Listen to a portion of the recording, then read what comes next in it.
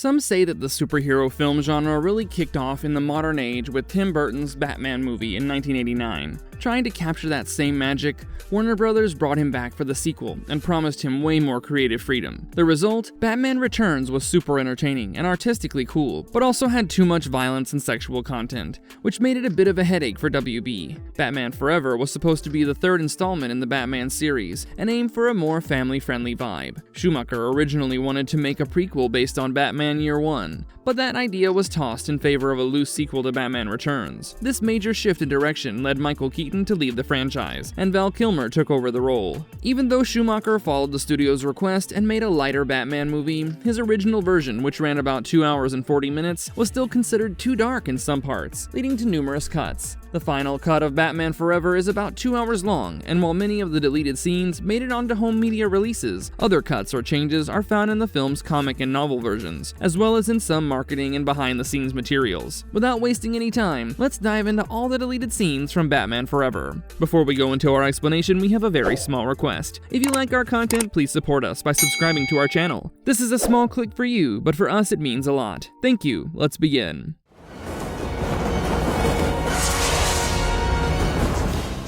Extended opening. Dr. Burton discovers Two-Face has escaped Arkham. The theatrical version gets things rolling pretty quickly. Batman gears up, Alfred tries to hand him a sandwich, and before you know it, Two-Face is causing chaos at the second bank of Gotham. But originally, the movie kicked off on a way darker vibe. Batman Forever's original opening scene was dark and scary, creating an intense atmosphere. In Arkham Asylum, a doctor goes to check on Two-Face, a notorious character locked up there. He asks one of the guards where the other guard is gone. When the doctor enters Two-Face's cell, he finds it empty, and notices a chilling message on the wall that reads, "The Bat must die." Given the many complaints about violence and scary scenes in Batman Returns, it makes sense that the filmmakers decided to remove a scene that was deemed too dark. They wanted to take the Batman franchise in a lighter direction. But it makes us wonder, if they had included an alternate opening in Batman Forever, would it have nicely connected the end of the movie where the Riddler is locked up in Arkham?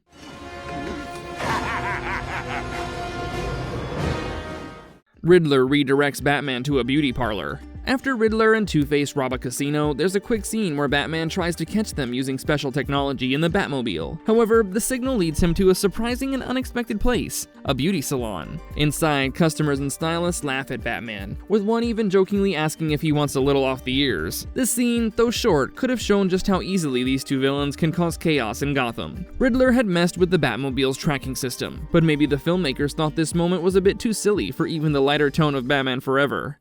They can find the little black box. Bruce talks to Dick while he trains. There's a short scene that was left out of the movie where Dick Grayson, who later becomes Robin, is training at Wayne Manor. In this scene, he practices martial arts by hitting a target that has a picture of Two-Face on it. Bruce Wayne enters the scene and talks to Dick about his experience of losing his family, and advises him not to let his anger turn into bitterness. This moment showcases the bond between Bruce and Dick, and gives a glimpse of Dick's training before he takes on Robin's name. It's unclear why this scene didn't make it into the final version of the movie, but you can find it in the special features of the Batman Forever DVD. Bruce watches the Kenneth Frequency Show on TV.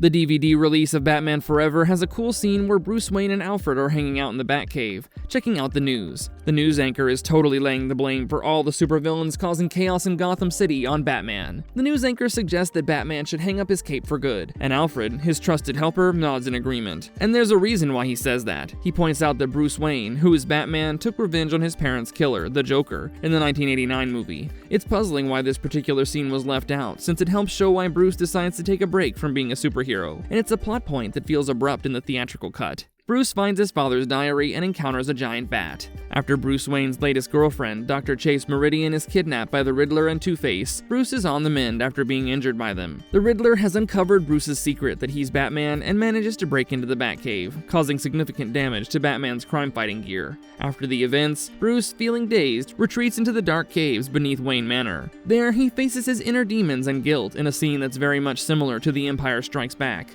As he thinks about his childhood, Bruce recalls why he became Batman. Alfred Pennyworth tells him that all his fears are hidden in the cave. Alfred worries that unless Bruce confronts them, he'll spend his life running away from them. In the cave, Bruce finds his father's journal, aka the Red Diary. It reveals that the Wayne family went to the movie that night because young Bruce wanted to go. Bruce blames himself for his parents' murder. After this, he sees a vision of a bat. At first, it looks normal-sized, but then it becomes a giant bat, about his size. When Bruce confronts the giant bat, he accepts his superhero identity. This moment reminds him why he chose to wear the cape and cowl. Feeling motivated and confident once again, Bruce realizes he can face the doubts and struggles that have troubled him throughout the story. He starts to see himself as the hero he truly is, the Dark Knight. When Alfred greets him as Master Bruce after he comes out of the cave, Bruce responds with a powerful declaration, "I'm Batman, Alfred." This moment marks his return to embracing who he really is. Dr. Chase Meridian's appearance on the talk show. In contrast to many of Batman's romantic interests in the movies, Dr. Chase Meridian was a unique character created just for the film. She was a psychologist, which made sense considering Batman's journey in the story, as he tried to balance his two identities. There was a deleted scene where Dr. Meridian appeared on a talk show talking about her thoughts on Batman, which would have given more insight into her character and her interest in him. However, this scene didn't make it into the final cut of the movie,